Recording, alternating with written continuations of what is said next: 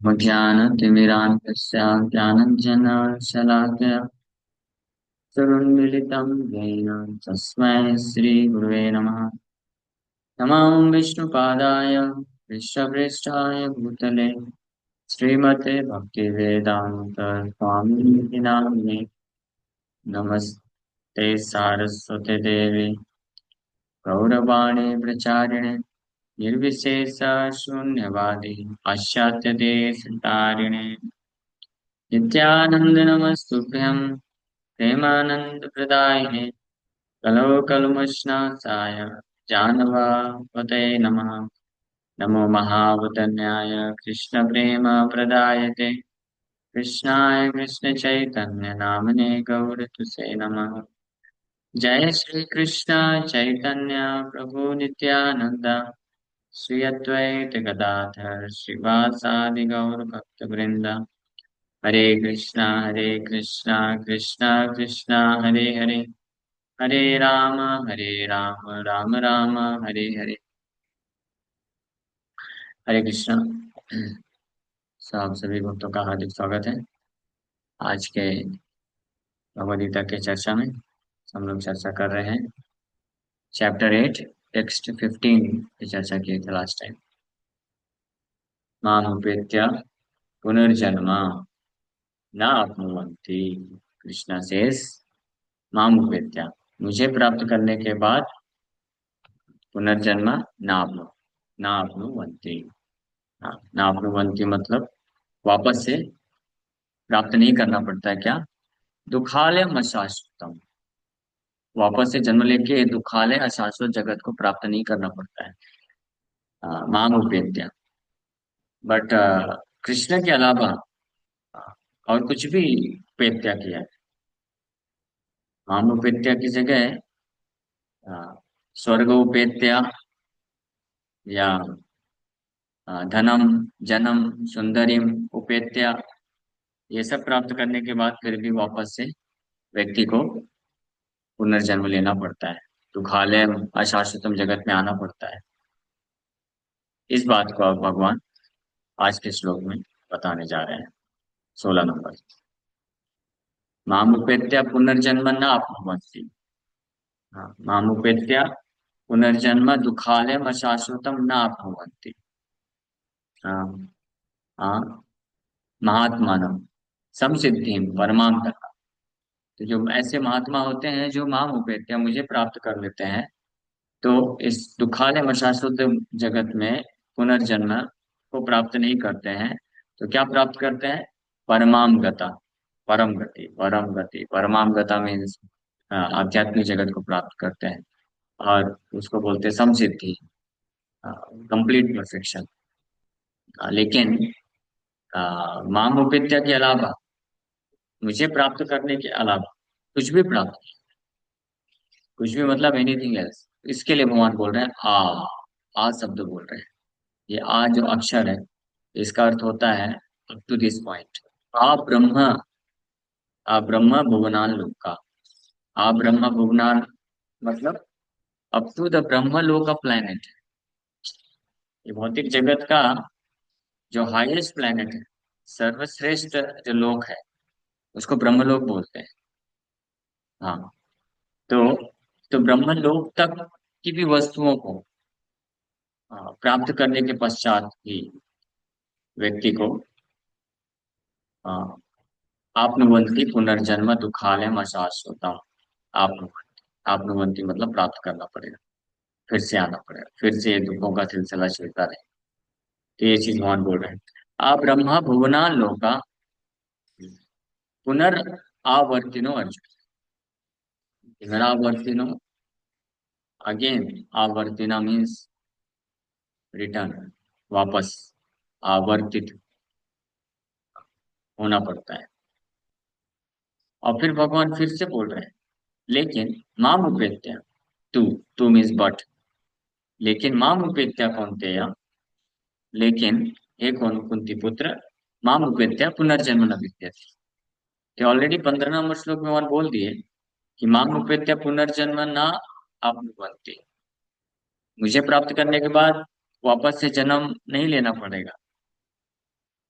परम सिद्धि को। एक महत्वपूर्ण चीज इस श्लोक में ये है कि माँ भूपेत्या पुनर्जन्म ना प्नुवन्ति, ये तो एक चीज है कि दुखालयम अशाश्वतम जगत में ना प्नुवन्ति, मुझे प्राप्त करने के बाद इस दुखालयम अशाश्वत जगत को प्राप्त नहीं करना पड़ता है। लेकिन इसका मतलब ये नहीं है कि व्यक्ति जो है ब्रह्म में लीन हो जाता है, या निर्वाण, क्या बोलते हैं उसको, वॉइडिज्म, शून्य में खत्म हो जाएगा, एग्जिस्टेंस खत्म हो जाएगा। नहीं, तो सम सिद्धि परमाम गता। परम गता, हाँ, गता मतलब प्राप्त करना। परमाम गता, परम गति, अपरम और परम। ये जो दुखालय है, अशाश्वत जगत, भौतिक जगत मतलब दुखालय अशाश्वत। तो ये दुखालय अशाश्वत भौतिक जगत को अपरा गति बोलते हैं। अपरा, अपरा मतलब इंफीरियर। और भगवान का जो स्थान है, जो आनंदालय शाश्वतम वैकुंठ जगतम, दुखालय को उल्टा आनंदालय, अशाश्वतम की जगह शाश्वत, नित्य शाश्वत, नित्य शाश्वत। एंड कुंठा, दुखालय, दुख मतलब कुंठा, और वैकुंठ, विगत कुंठा इति वैकुंठ। तो उसको परागति बोला गया है, परा प्रकृति बोला गया है। भौतिक जगत अपरा प्रकृति, और आध्यात्मिक जगत परागति। तो परमाम गता, परमा मतलब सुपीरियर या सुप्रीम। तो आध्यात्मिक जगत या वैकुंठ जगत परमाम गता है, तो इसलिए परमाम गता का अर्थ है आध्यात्मिक जगत को प्राप्त करना। और ये समसिद्धि है। ये भी इंपॉर्टेंट चीज यहाँ पे मान बता रहे हैं। यहाँ से भी मायावाद सिद्धांत जो है, आ, जो गलत सिद्धांत है उसका खंडन हो रहा है कि भगवान को समसिद्धि, माम उपेत्या, माम उपेत्या मतलब भगवान में जाके विलीन नहीं हो जाता है, परमाम गता को प्राप्त करता है। परमाम गता मतलब आध्यात्मिक जगत को प्राप्त करता है, spiritual planets, having achieved the ultimate perfection. वापस से नहीं आना पड़ता है। और इस आज के श्लोक में भगवान वही चीज बार फिर से रिपीट कर रहे हैं। लेकिन मेरे अलावा अगर कुछ प्राप्त करता है ब्रह्मलोक तक भी, तो उसको पुनरावर्तन, वापस से रिटर्न आना पड़ता है। लेकिन फिर से रिपीट कर, लेकिन माँ विद्या तो कौन थे, पुनर्जन्म न विद्यते, मुझे प्राप्त कर लिया तो पुनर्जन्म न विद्यते। So from the highest planet in the material world down to the lowest, भौतिक जगत के उच्चतम लोक, स्वर्ग के भी ऊपर, स्वर्ग लोक के ऊपर जनलोक, तपलोक, सिद्धलोक एंड फिर ब्रह्मलोक। जनलोक, तपलोक, सिद्धलोक, ब्रह्मलोक, ये सब ऊपर है स्वर्ग, यानी वो स्वर्ग से भी ज्यादा एडवांस्ड है, या ज्यादा वहां पे सुख है और शांति है। स्वर्ग में भी सुख शांति नहीं, वहां पे भी एंग्जाइटी। लेकिन तपलोक, सिद्धलोक में व्यक्ति जो होते हैं वो सिद्ध होते हैं, अष्ट सिद्धियां होती हैं। सिद्धलोक के जितने भी निवासी हैं, जो ब्रह्मलोक के नीचे आता है, तो सिद्धलोक में वहां पे जो जन्म लेता है, बच्चा भी होगा, जैसे ही जन्म लेगा, जन्म लेते ही उसको सिद्धियां होती है उसके पास। अणिमा, लघिमा, प्राप्ति, कामा, वसायति, ये 8 प्रकार की सिद्धियां हैं। इसलिए सिद्ध लोग के लोग जो है, उनको एयरप्लेन की जरूरत नहीं है। स्वर्ग लोगों को भी, स्वर्ग लोग के जो देवता गण है उनको एरोप्लेन लगता है, एरोप्लेन में चलते हैं। सिद्ध लोगों को, वो इतने सिद्ध होते हैं कि वो पूरे ब्रह्मांड में कहीं भी ट्रेवल कर सकते हैं। और तपलोक भी है, तपलोक में महान महान ऋषि मुनिगण होते हैं, जो निरंतर तपस्या में लीन रहते हैं। और तपस्या मतलब ऐसा नहीं कि कष्ट होता है, वो बड़े सात्विक होते हैं, और किसी भी प्रकार का तनाव नहीं रहता, मानसिक तनाव। और बड़े जो है आनंद पूर्वक, शांति पूर्वक तपस्या करने में लगे रहते हैं। ब्रह्मलोक में तो ब्रह्मा जी के संग में रहते हैं लोग। तो वो ब्रह्मलोक से जनरली जो निवासी होते हैं, वो इतने शुद्ध स्तर के होते हैं कि जैसे ही ब्रह्मांड खत्म होता है तो सबके सब प्रायः वैकुंठ चले जाते हैं। अगर ब्रह्मा जी शुद्ध भक्त है तो भक्ति का एलिमेंट रहता ही है जनरली। और उनके अंदर कोई इस प्रकार की जो ये है जो इस संसार में पाया जाता है, काम क्रोध लोभ मत मत्सर, ये सब चीजें नहीं रहती। तो जनरली वो लोग अपना कंप्लीट करके निकल जाते हैं वैकुंठ। बट बहुत लंबे समय तक उनको रहना पड़ता है भौतिक जगत में, ब्रह्मलोक में। कितना करोड़ों अरबों खरबों वर्ष, इसका अनुमान नहीं लगाया जा सकता। कैलकुलेशन के परे चला जाएगा, कितना कैलकुलेशन फिर भी आपको दिखा देते हैं। चार 864, 864 करोड़ साल हुआ। इसको मल्टीप्लाई, एक दिन हुआ ब्रह्मा जी, इसको 30 से मल्टीप्लाई करिए, फिर इसको 12 से मल्टीप्लाई करिए, और फिर इसको 100 से मल्टीप्लाई करिए, तो इतने करोड़ साल। कितना हुआ? करोड़, 3 करोड़ 11 लाख 4 हजार। 3 करोड़ 11 लाख 4 हजार करोड़, इसमें भी और करोड़। हाँ, तो 3 करोड़ है तो इसको ये इतने अरब करोड़ हो गया। एक 3 हजार 31,104 अरब, अरब नहीं, अरब से भी ज्यादा। तो ये कैलकुलेशन है, सोचिए हम, ये लिमिट के बाहर चला जाएगा इसको करोड़ से मल्टीप्लाई करते। इतने वर्षों तक अ, जो ब्रह्मलोक के निवासी हैं उनको भौतिक संसार में रहना पड़ता है। इसलिए ब्रह्मलोक जाना भी ठीक नहीं। तो उसके बाद जब ब्रह्मांड का नाश होता है तो ब्रह्मा जी के सहित सब ब्रह्मलोक के निवासी वैकुंठ जाते हैं। बट ये जो भूलोक है, पृथ्वी जहाँ पे हम लोग, पृथ्वी जो है भूलोक का पार्ट। हाँ, भूवर स्व, भूलोक, भूवरलोक, भूवरलोक भी ऊपर है। स्वर्ग और भूलोक के बीच में भूवरलोक आता है, जिसमें जो उपदेवता लोग रहते हैं, देवता से नीचे लोग रहते हैं, लेकिन मनुष्य से ऊपर श्रेष्ठ माने जाते हैं। तो भूवर, फिर स्व, मतलब स्वर्ग, ये स्वर्ग लोग है। तो स्वर्ग लोग के निवासी भी कई करोड़ों साल तक उनको रहना पड़ता है। ब्रह्मलोक सबसे ज्यादा है। और ये भूलोक, जिसमें पृथ्वी है, पृथ्वी सबसे मीन्स पवित्र है भूलोक में। और पृथ्वी में सबसे ज्यादा परम सौभाग्य है पृथ्वी के निवासियों में, क्योंकि यहाँ पे बहुत शॉर्ट ड्यूरेशन है, केवल 60 70 80 100 साल। स्पेशली कलयुग की बात करें तो उसमें कोई कृष्ण का आश्रय ले लेता है तो वो डायरेक्ट उस परम सिद्धि को प्राप्त कर सकता है जो ब्रह्मलोक के निवासियों को कई खरबों वर्ष के बाद मिलता है। इसलिए ये महत्व है, हम लोग इसके बहुत सौभाग्यशाली। इसलिए ब्रह्मलोक के निवासी भी और ब्रह्मा जी भी और स्वर्ग के भी, ये लोग भूलोक के जो मनुष्य हैं उनके सौभाग्य की सराहना करते हुए उनको जो है प्रणाम करते हैं। और वो इच्छा रखते हैं कि हमको भी काश ऐसा मनुष्य जन्म मिल जाए भूलोक में, ताकि ये भौतिक संसार से बहुत ही अल्प समय में कृष्ण का भजन करके यहाँ से निकल जाए। ये है सौभाग्य। लेकिन दुर्भाग्यवश जो इस भूलोक में पड़े हुए मनुष्य गण हैं, अपना ये सौभाग्य नहीं समझ पाते हैं। वो तो उन चीजों को प्राप्त करने के लिए लगे हुए हैं जो स्वर्ग के निवासियों के लिए तुच्छ है। इस पृथ्वी लोक में कोई किसी भी प्रकार का ऐश्वर्य की कामना करता है तो वो स्वर्ग और ब्रह्मलोक के लिए एक तिनके के बराबर भी नहीं है उसका कीमत।